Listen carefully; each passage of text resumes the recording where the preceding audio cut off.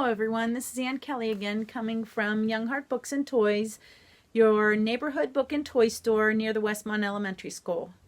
I have been asked by the Community Art Center to do some story times related to art. And this time I've chosen a book with a topic relevant to what's happening in everybody's lives right now as we distance each other from each other and we are taking walks around our neighborhood, maybe looking in windows, waving to neighbors and friends, and meeting people along the way during our walks. As we read this story, I'm going to take a little time to focus on the illustrations by E.B. Goodall. She takes the time to draw lots of detail, but very simply. So maybe we can talk about that a little bit. This story is called Windows by Julia Denos, with the illustrator E.B. Goodall.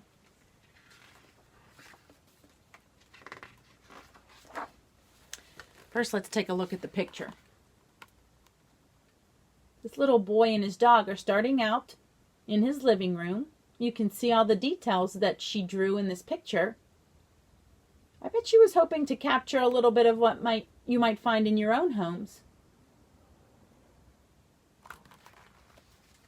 And here's how the story goes. At the end of the day, before the town goes to sleep, you can look out your window and see more little windows lit up like eyes in the dusk, blinking awake as the lights turn on inside, a neighborhood full of paper lanterns.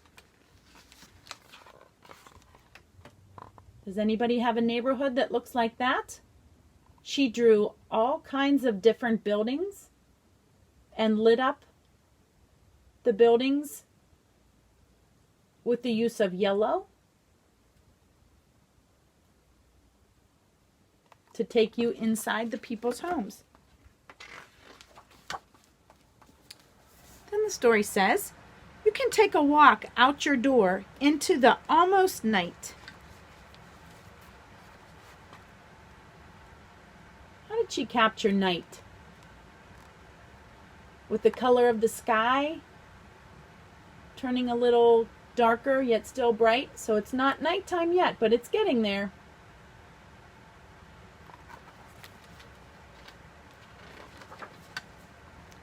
You might pass a cat or an early raccoon taking a bath in squares of yellow light.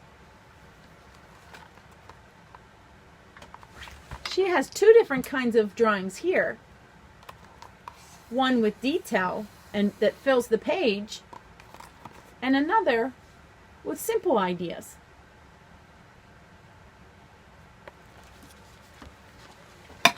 Let's continue on the walk. One window might be tall with the curtains drawn, or small with a party inside.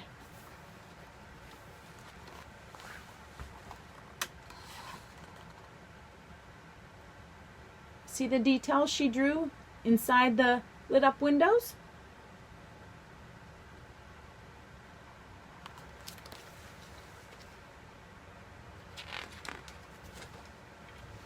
Between two windows, there could be a phone used for good ideas. Look at the perspective of the fence up close and the children on the telephone further away.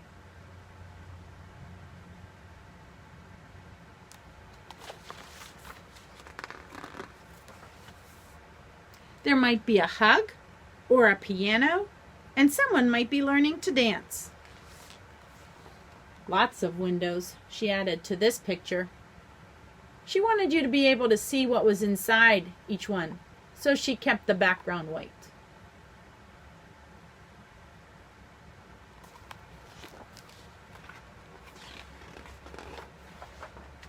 Another window could be dark with a sleeping plant or two, or maybe bright and rounded like the moon. Again, she has lots of details, but the pictures are fairly simple. Here's the window with the moon, and here's the windows with the hidden plants.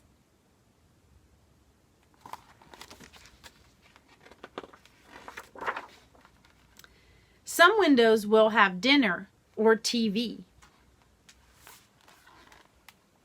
Did she make it look like your neighborhood street?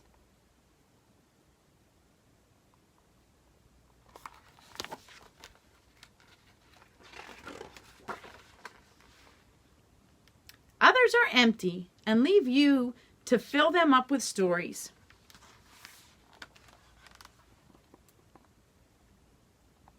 Here's a house where nobody's home. And as you can see, the sky is getting darker, so time is passing.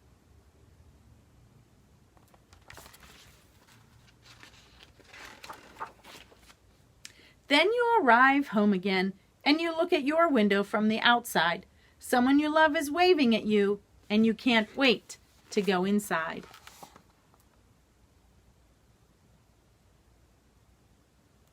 That's probably how we all feel when we get home too. So they do.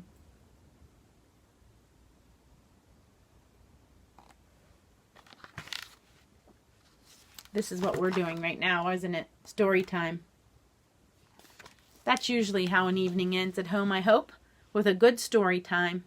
I hope you enjoyed this book and talking about its illustrations. This is Aunt Kelly from Young Heart Books and Toys.